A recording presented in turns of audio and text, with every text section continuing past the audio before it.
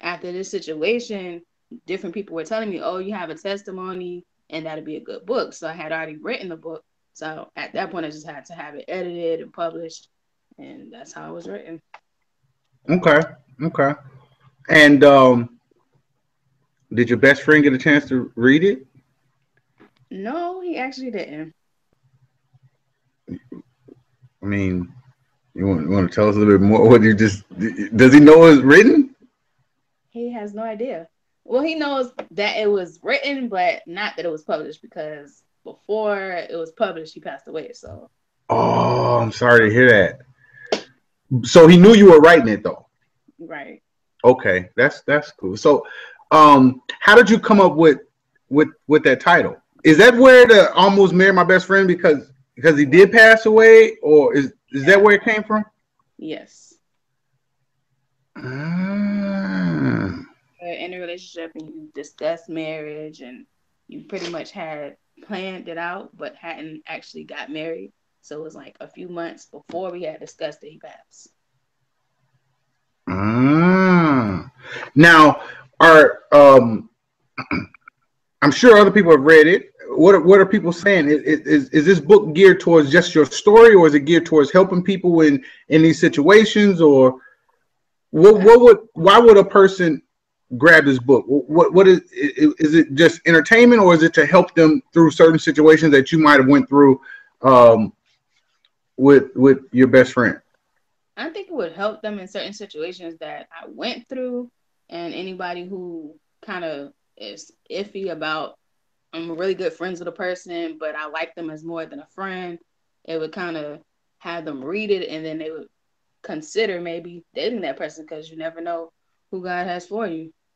And I mean, it's not just my story; it's my story, our story, pretty much. But at the same time, anybody who's going through similar situations, there's a lot of different things that happen in the book. So, like from getting evicted to family members not approving of your relationship, but based even though they're not approving you and him or whoever are still together, like it's just what y'all go through or what different people go through in different relationships. So I think people would relate to it really well because it's a lot of different topics. So You're not about to start crying, are you?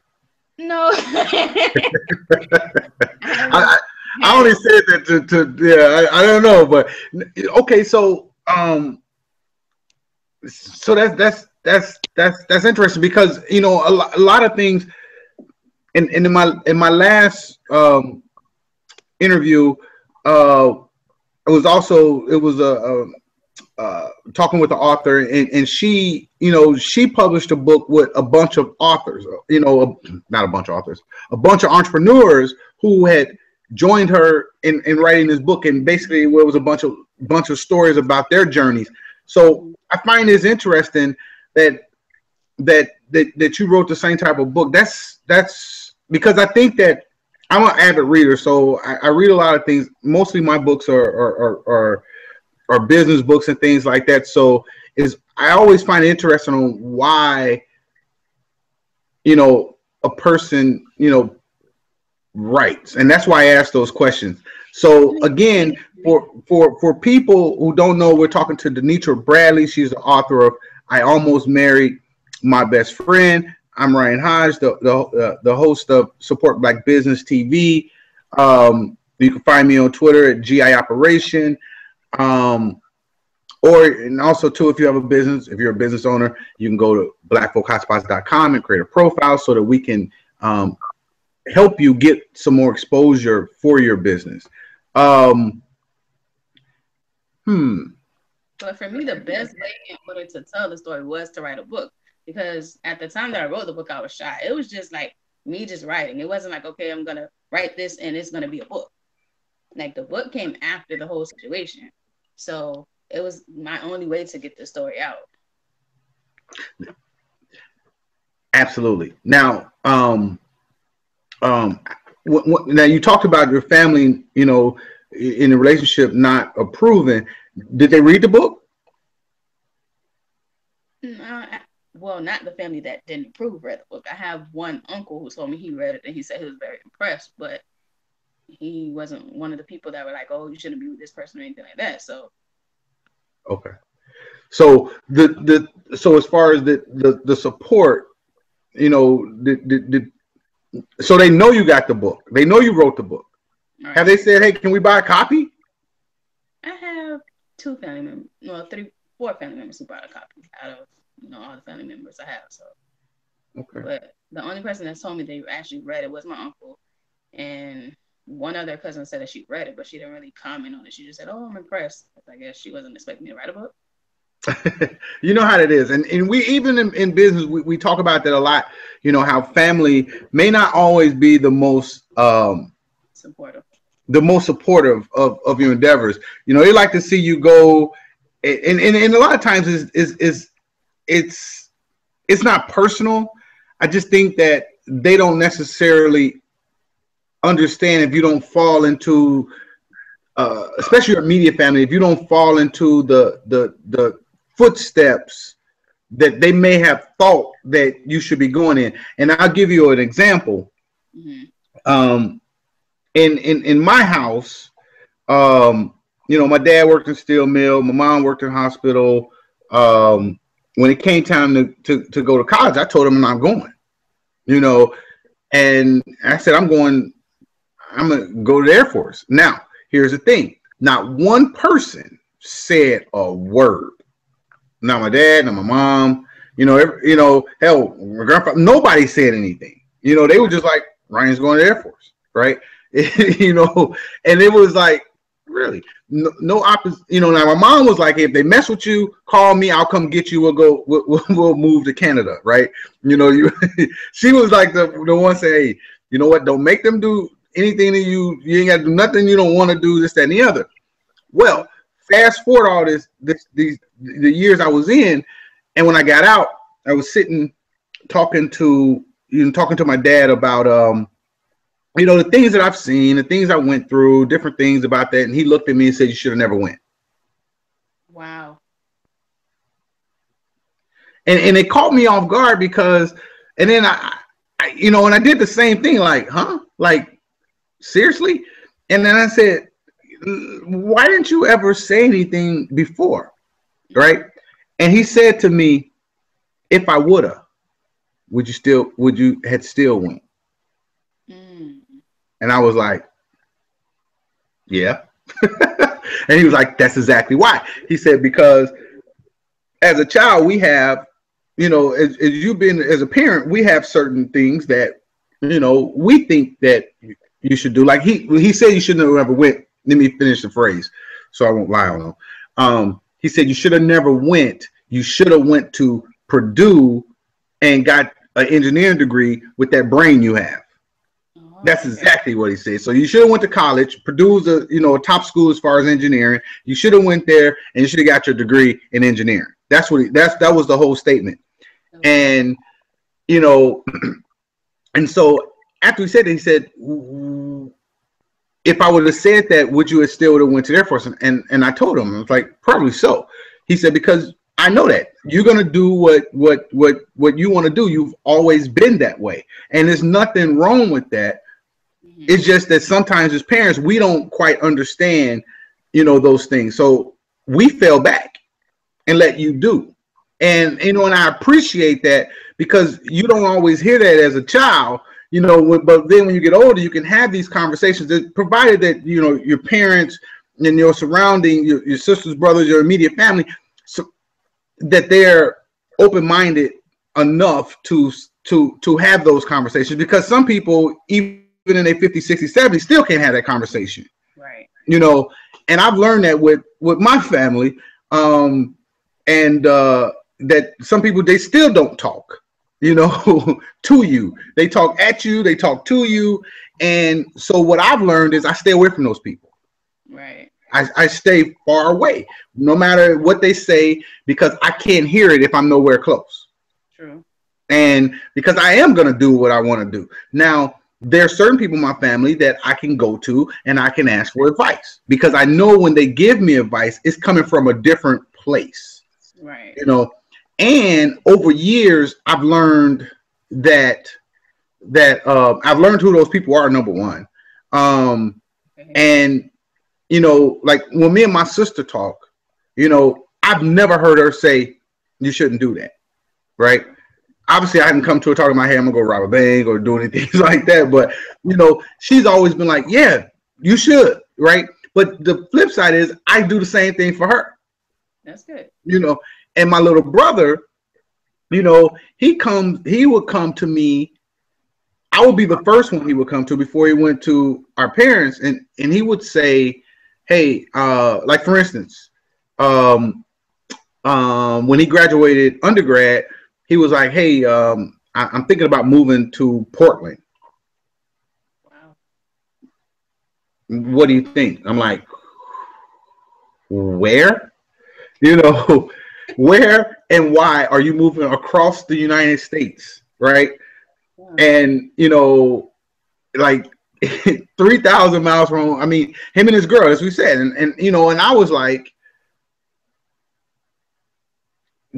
how did y'all choose Portland? Do y'all have friends out there? Did you meet somebody from school? Does she have friends out there? They knew nobody. They just chose to move to Portland. Okay. And it struck me, and I'm gonna tell you why I'm saying all these things in a minute, you know, because it'll tie into, I think, your understanding in as well. And I said, dude, go for it. Mm-hmm. You know, what you got to lose? And then I told my sister, I said, I bet you she's pregnant. But you know, I was wrong too, by the way. You know, in my thought process, I'm like, why the hell? I mean, I was like, that's the weirdest thing ever. You know, like, did y'all throw a dart and hit a map and just say, oh, Portland looks good? I don't know. It's to this day, I still don't know exactly why, but I know that he went. They lived out there a year, and then they came back. She was from New York. He's obviously from Indiana, and then they moved. You know, then he went to. I think he went to law school at that point. But you know, a lot of things he's come to me, like he wanted to go in the Marines, and he was like, "Hey, what do you think? I want to go in the Marines." And I was like, "Why?" Because that's me, and my question for him is why. And the same reason that I do that with a lot of people is because I want them to tell me why they're doing something. You know, not that I'm going to ever say you shouldn't. I just want to hear it come out of them, you know, instead of me assuming, right? And then if it's something I feel like they're not being 100, I'll keep asking why. You know, it's almost to the point where people get mad and they go, why you keep asking why? I just told you. No, you didn't tell me the full thing. You know how it is. It's the same thing when you're dealing with, you know, a significant other, you know, and they say, I'm going here. And you're like, that don't make, no, you're not telling the complete truth. You know what I mean? And you keep asking why, because you'll keep digging and digging and digging. And then finally the truth is out. But when he said he wanted to go to Marines, and it wasn't that he wanted to be this, you know, this super, you know, military person. And he wanted to go because he didn't want our parents to have to pay for him to go to law school. Oh, okay. So he was going to go to the Marines, become a JAG lawyer, you know, get all the stuff. And then he would be able to go to school, get this, and then go back and serve as an attorney, you know, in the Marines. And I was like, well, if that's the plan to get it paid for, ironically, that was the same reason why I went to the Air Force. Okay.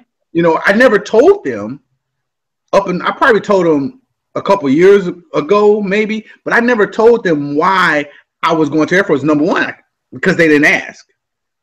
Right. Okay. So, you know, my reasoning was, me and my sister both came out in the same year, and, you know, while they made decent money, it wasn't, you know, enough to send both of us away to school. Okay. So I told them, you know what, take care of her. You know, I'm a male, I'll take care of myself. And I had, you know, had a relationship built with the Air Force recruiter from coming to the school. And I just thought he was real cool. And it seemed, you know, I was like, hey, I'm going. And that's what I did. And I actually, you know, I enjoyed it. It was good. You know, and I knew up front that I was not retiring. I was not, you know, I wasn't going in for 20 years. It was 4 years and I'm up. Right. So that was the whole plan, was to get to school, get the money, and get out. You know, so it's funny how families work. so I can understand how you work, because this side of the family had no problems in the way I mapped this out, right? Now my other side of the family, they wanna they had all types of scenarios on what happened and how this happened and what happened this, and I'm sitting there like, how do y'all know that? Because you didn't talk to me, so, and I damn sure know you didn't get it from the Air Force, right? Because that's against the law for them to talk to you about anything. You know what I mean? Yeah. You know, because they were trying to figure out, how didn't I finish my whole term? Okay. And instead of saying, how'd you get out early? They just made all these assumptions. You know, like, you got kicked out. Okay, well, if I got kicked out, how do I go to the VA for free? You know, if I got kicked out, how did I get this college money? Right? If I get kicked out, how did I, you know, one of my uncles, how did I offer to give you my VA home loan piece if I got kicked out? Because you don't get those benefits with a dishonorable discharge. Right. But they just wanted to assume all the negative, that they never thought that maybe I was smart enough to realize that my goal, because this is me, this is not anything else. When I got in the job I took and I worked in the hospital, I wasn't even able to go to school until I had been in for 3 years. So at that point, I'm like, this just screwed up my whole process. Right. You see what I'm saying? This is not what I signed up for. And I'm gonna be honest. I mean, you know, yeah, we live in America, but I was not about to. My goal was not to go fight some war.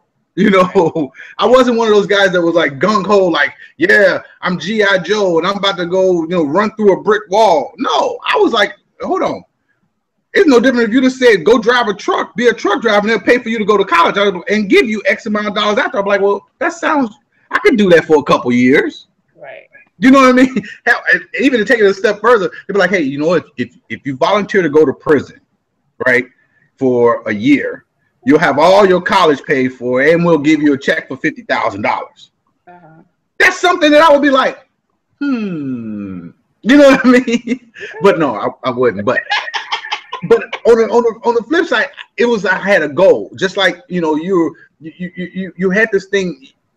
You have some things in your head, and I said it all the time in our families. And how come, you know, we don't talk? Because maybe. But then again, too, maybe you, if all your family was so supportive and this and the other, you might not have any pages for your book, right? Because I've been in relationships, you know, or my sister or some, you know, my brother, they've been in relationships where other people talked, but they didn't talk to that person, you know. And I would always say, well, why don't you talk to them? Why are you talking about them? You know, and you know, like I've noted, I've been in relationships with women that, you know, I wasn't necessarily, approved by, you know, an uncle or brother or this and the other. But at the same time, you can't stop that. Right. Hell, my sister dated guys. I swear to God, I want to knock their head off every time I seen them. You know, but I knew, or maybe because I learned early on to stay out of her shit. And she, you know, because that's the easiest way to get somebody to turn on you is to get into their personal business, because eventually they'll shut you down. Right. And I learned that with my sister, and we were really close. And I'm like, she ain't talking to me. Hell, she ain't talking to me. She ain't talking to her daddy. She ain't talking to her mama. She ain't talking to none of us, because we were all in her business, even though we were right. Yeah. You know, and now she knows, you know, some 30 years later that we were right, and we were looking at it from her best interest, but she was mad at us. Okay. You know, so, but that's interesting. I you know, I could say so much more, but I won't. But yeah, so, you know, it's just things that, you know, so I understand family for sure, and being in business, and I've been in business. I've been in a bunch of different occupations, you know, all in the same field, which is what a lot of people, even, so I know what you're saying, and maybe I should write a book, you know, because, you know, I've been accused of, switching jobs so much, right? Why you switching? I'm like, well, but nobody ever, nobody ever realized that they were all in the same field. You know, I was in sales, so I get bored. I get bored kind of easy. So you know what? I might work for this company for a couple of years and do well, and work for this company, and I'm learning new things. Now that I've created this network, all those different skill sets from all those different companies that I work for come into play. True. I was in Atlanta for a couple of years, and not one person asked me what I did. Wow. But they talked about me. Of course. But not one person said, "What do you do? How do you make money? How do you put gas in your car? How are you eating?" Not one person. But I would hear those things, and I think this is important because, whereas you put your thoughts on in a journal and you journaled your thoughts, right?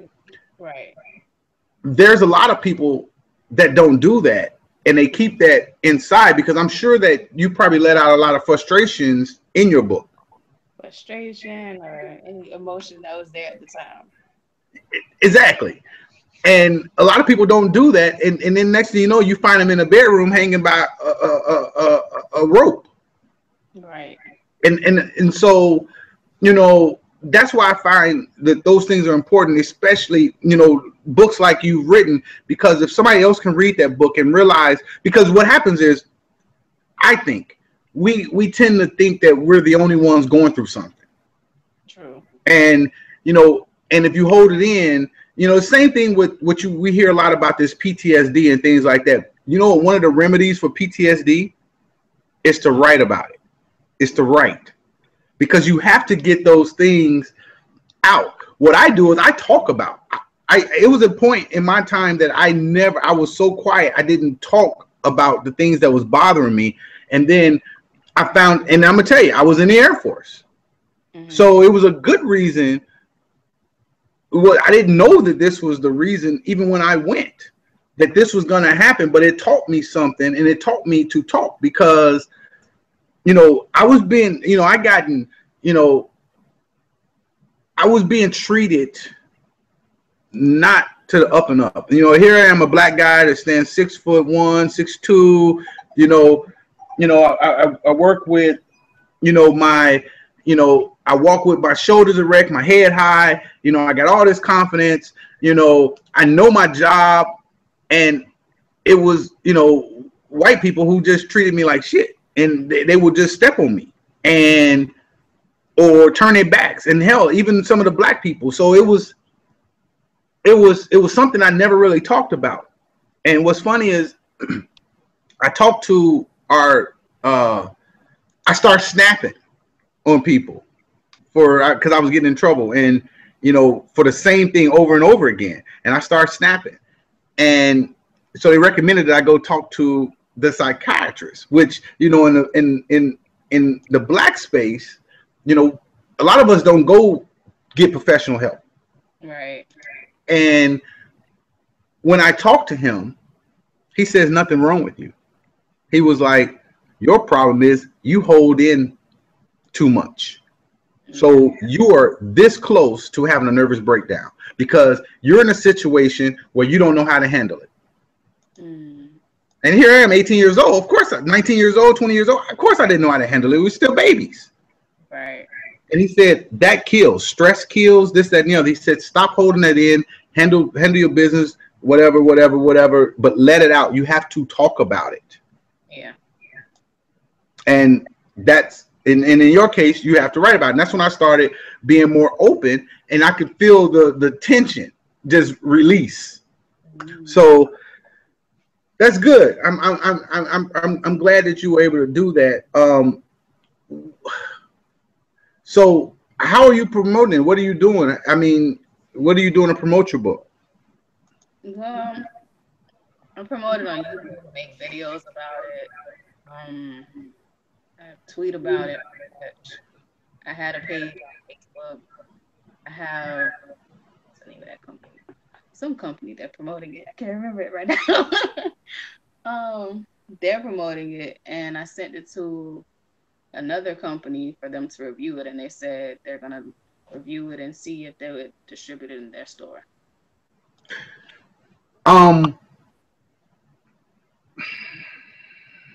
When you promote it on YouTube, how do you do it? I just make videos about it and post the videos on Like, YouTube. like certain chapters or certain pieces or certain. Right. Okay. I advise people to do that with books that works, and also to blog about it.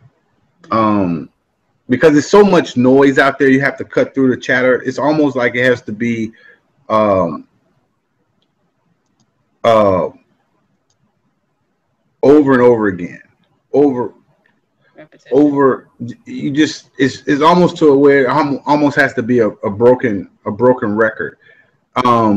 And then once you look at your book too, and you start looking at certain things that you went through, because I don't know if you're doing this, but there's like certain, help groups or certain groups that of people who may be going through certain things, or maybe, the youth or different things that maybe a portion of your book can help them. So it may be advantageous to be involved with these groups as well. So that, just getting more exposure. Okay. Because did you know when you was writing this out, did you know it was going to be a book? What happened? I mean, I think I may have asked, but I don't remember. But did one day you say, you know what? I'm gonna make this into a book? I mean, because I'm thinking that it started out like maybe like a diary or journaling. Yeah, it started out that way. Did you know you were going to write a book? No, not at that time. Okay. I didn't actually think about writing a book until I had a conversation with 2 different people, and they both were saying, "Oh, you have a testimony. People need to hear it." And I was like, "Well, I'm shy, so the only way they're gonna hear it is if I write a book." Tell your pastor about like 100, 200,000 copies. My pastor actually has a copy of the book. No, hundreds. And tell him he can give them away at church to the congregation. They're aware of it. They don't be. I'm gonna tell you. People you meet. I've talked to best-selling authors. New York Times best-selling authors, and they are notorious. They'll send an email and say, "Hey, I need you to buy 100 of these books. I need you to buy 50 of these books." You're right. And they said that when they got started, they were amazed at how many people said okay. Okay. And then they would give them away. Sometimes you got to ask, like, hey, you know what? Can you buy 100 of these books? Or, is it on, are you selling it? Do you have paperback copies, or do you selling it strictly on Amazon or Barnes & Noble? How are you getting it out? Barnes & Noble, and I have paperback copies. Okay. So like Amazon, is it in ebook form? No, it was. But then it was like revised, and since it was revised, I haven't done an ebook form.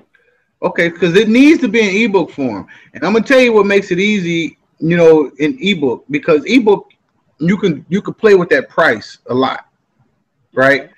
And one thing that I've learned is, sometimes you can put it out there in ebook, Kindle version, make it 99 cents or give it away for free for a week or two.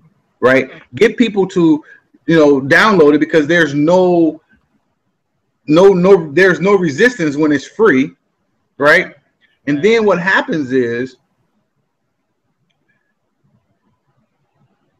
people they download it. Amazon's going to stay on them about writing a review, because people, a lot of people, when they buy books off of Amazon, the reviews is what sells the books. True. So if you gave it away for free for the week or 2 weeks, and maybe you get a few reviews back from people who just downloaded it, because Amazon is going to stay on them to keep leaving reviews.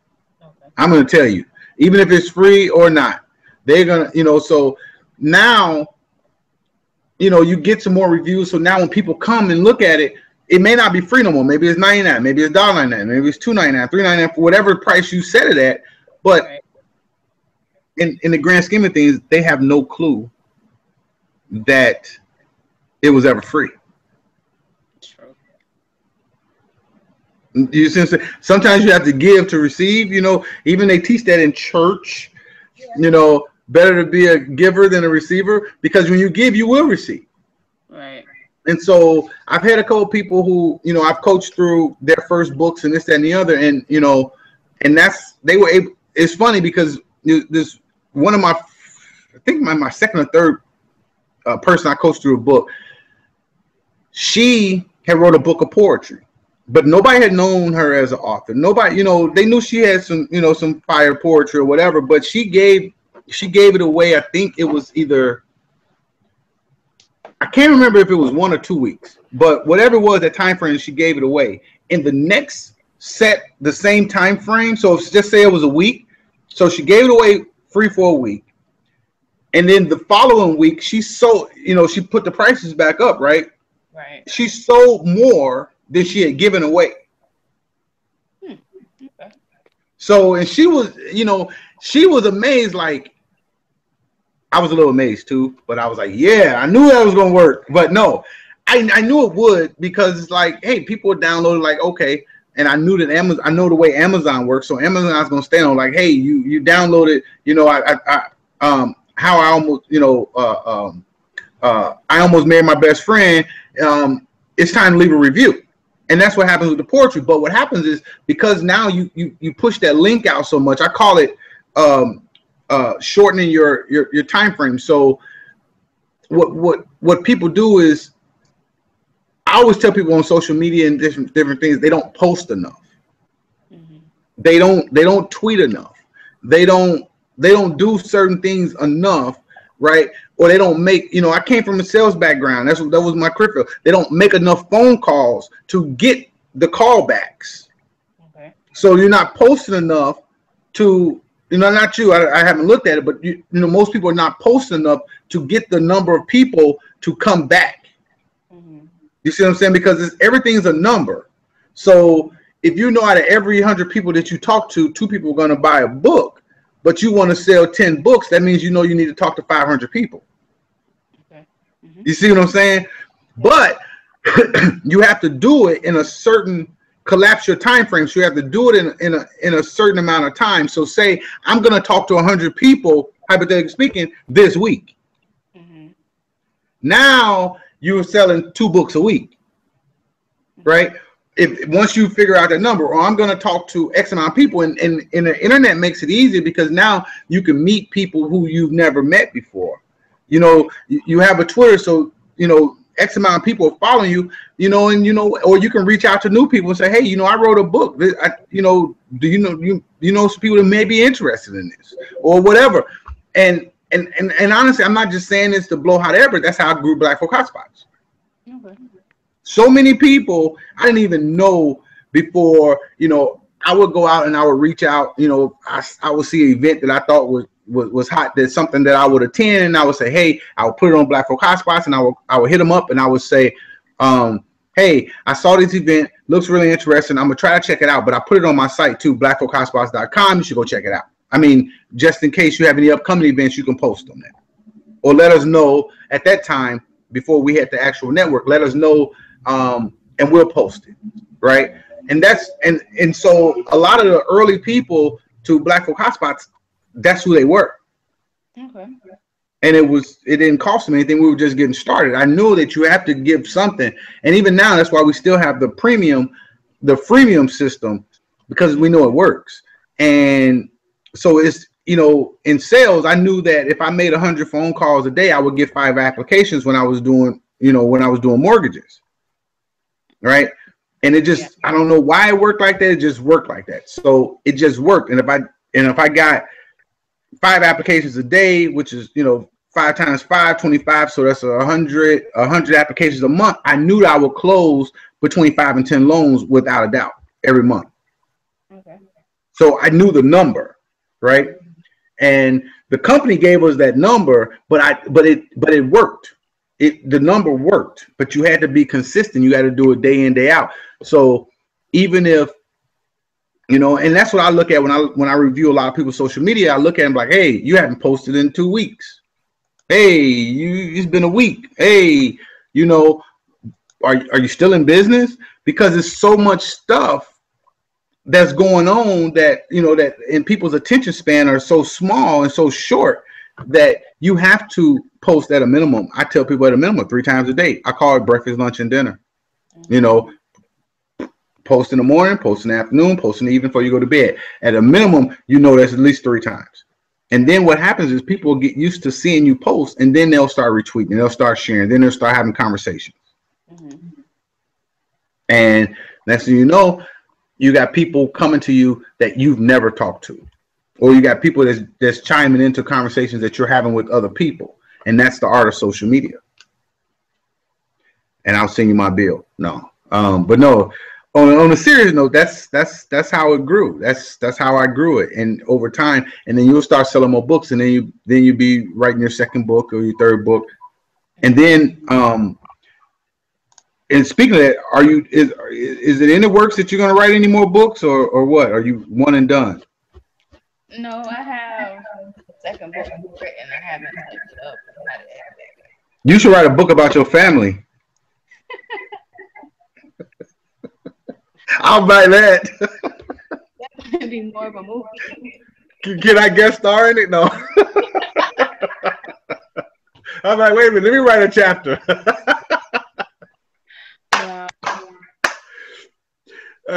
Disclaimer, this is my little cuz, y'all. And I'm telling you, I know exactly what she's saying. And it's an epidemic in that side.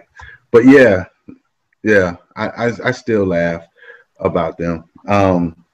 You know what? And honestly, to tell you the truth, you know, I grew up with a stepfather because my father jetted. And I tell people to this day that where people be, you know, I know that you grew up with your mom and dad in the house, right? And I tell people, we don't get to choose our parents, right? But I got lucky. I ain't gonna lie. You know, I had my grandfather, who was my dad's dad, who stepped in. I had my grandmother, who was my dad's mom, that stepped in. I had my mom, and then my mom met a guy who took us in, and you know, took me and her and me, and as if, you know, he was actually my biological father. Right. Okay. I mean, he really did, and it's, you know, so it's so amazing. It's like, could something have been different if my dad wouldn't have bounced, or was this the way it was supposed to be by design? Because my stepdad's side of the family is totally different from my biological family's side of the family. Totally different. Totally different. I can go to them and say, I'm moving to Russia. And they'll be like, really? That's interesting. What made you want to do that? That sounds cool. You know what I mean? And they'll never say anything behind your back like, that's the dumbest shit I ever heard in my life. Okay. I am not lying. And it's you know, they be like, hey, how can we help you get there? Right? You know what I mean? So it was a support system. Right. You know, when my little brother came to me, you know, my mom and my stepdad had him. When he came to me and said he was going to, it wasn't that he was afraid to go to his parents and say that. He just knew that he watched us growing up. Right? So we had that relationship. Like, me and my sister, we talk amongst ourselves. We very seldom even go to them now. You know, and we hash things out. She have an issue, she call me. If I have an issue, I call her, and then we hash it out. And then our little brother, if he have an issue, he'll call one of us. Okay. You know what I mean? And then if we can't figure it out, we go to them. Okay. And it's funny because I look at, you know, this other side, and they always are going to their parents with problems. Yeah. I'm like, at a certain point, they shouldn't have to continually worry about it. Maybe they're helping you out, but certain little bickering, y'all should be able to work that out on your own. Exactly. That's what brothers, especially brothers and sisters. Right. I mean, I know you and your brother, if y'all have an issue, y'all don't have to go to your mama or your daddy to work out that issue. No. You can be like, hey, you know, you might be mad at each other for a couple of days, and you call them up like, you know, your ass. You know what I mean? And they're like, yeah, you too. But your brothers and sisters. You know, me and my sister, we argue. We don't fight no more, but we argue. But after a while, we get it right. Mm-hmm. And that's just the way we rock and roll. And I just look at things and I'm like, so I look at things and say, God works in mysterious ways. True. And so, it to me, it's been a blessing. I mean, it's one of those things where I didn't like him too much growing up because I thought he was mean and strict and all this. But when I realized that he was just, that's just, that's the way a parent had to be. You know what I mean? Well, of course, I couldn't stay out 3 o'clock at night, when I'm 7 years old. You know what I mean? But even during high school, me and my sister, we always laugh about that, talking about how it was so strict, and it's like we had to be home when we was in high school on a Friday night. We were a senior or junior, we had to be home at like 10 o'clock. We were like, ain't no use of going out. He'd be like, yeah, you're right. But it was to keep you out the streets. That's true. But yeah. So other than that, so what's next with you, Denitra, as far as the author side of things, and you got one working, or you or what? I'm trying to promote this one, and then hopefully with that success, do a follow-up book.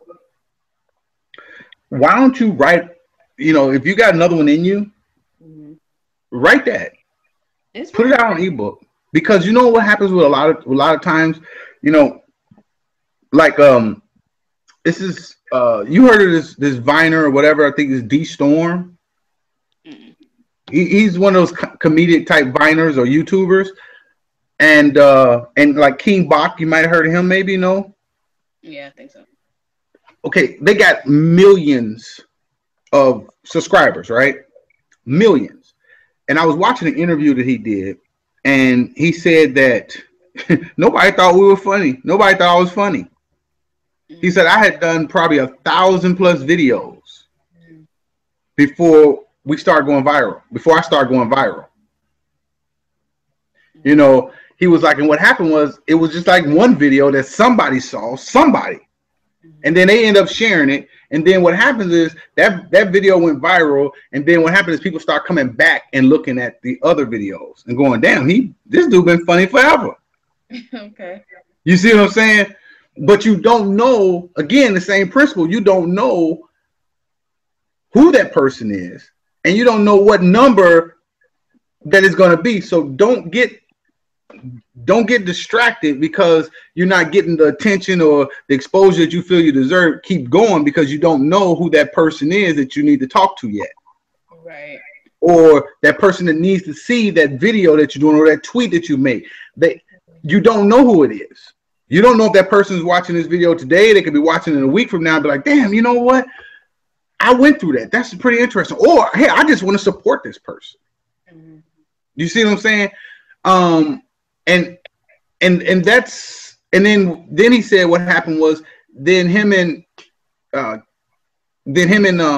D Storm, then they did some collaborations on videos, so then they merged each other's audience. Okay.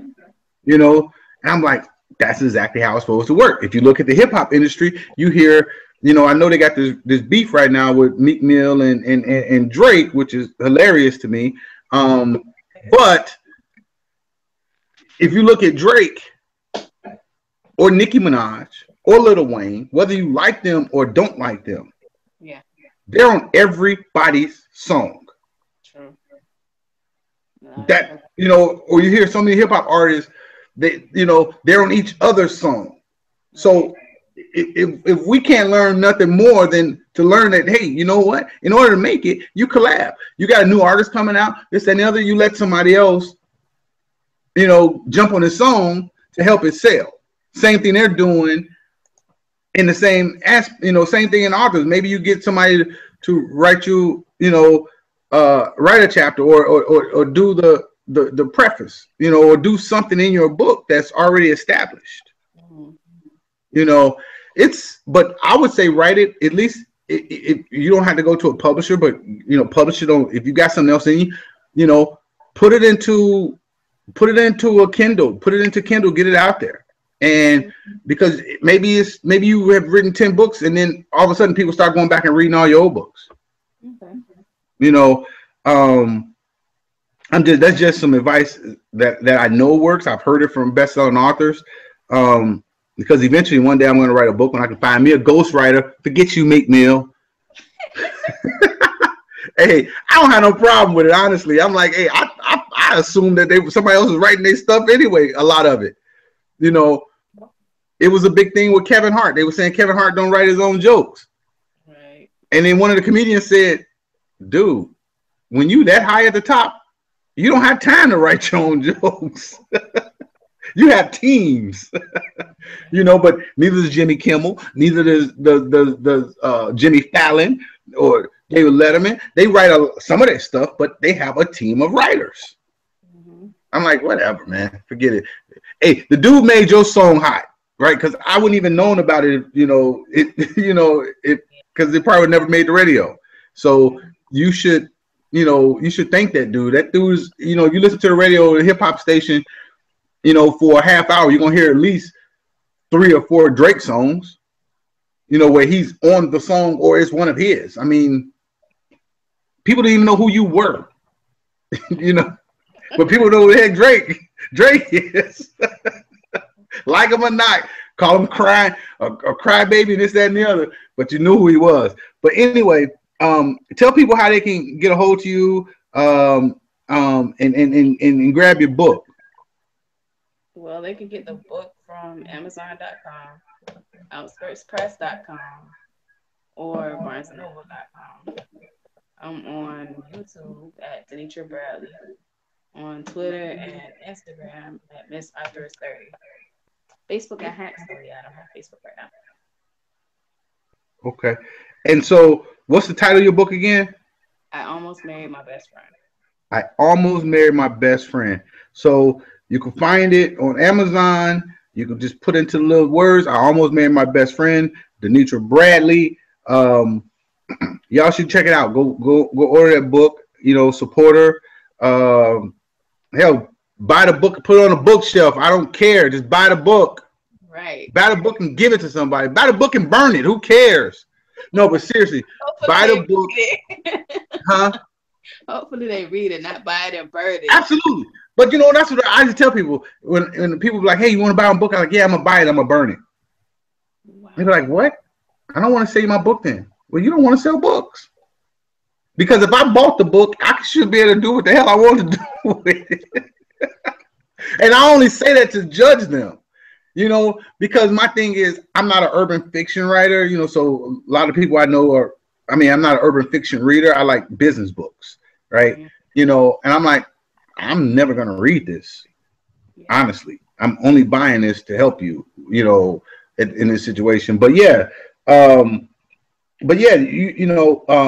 thing is, do you read a lot of books? I can't hear you. Do you read a lot of books? Yeah. So have you looked at like sharing books, like, another author reading that book and they read yours, like exchange, and then you doing reviews on each other's books? No, I haven't done that.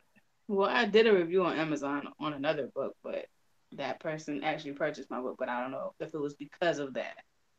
Right. But by doing that, you're both giving each other credit, and you give, you're not really selling a book, but you're giving them a book, they give you yours, you read it, and you do a review. So you're helping them people get exposure, and they're helping you. So what they're doing is you're introducing each other to each other's audiences.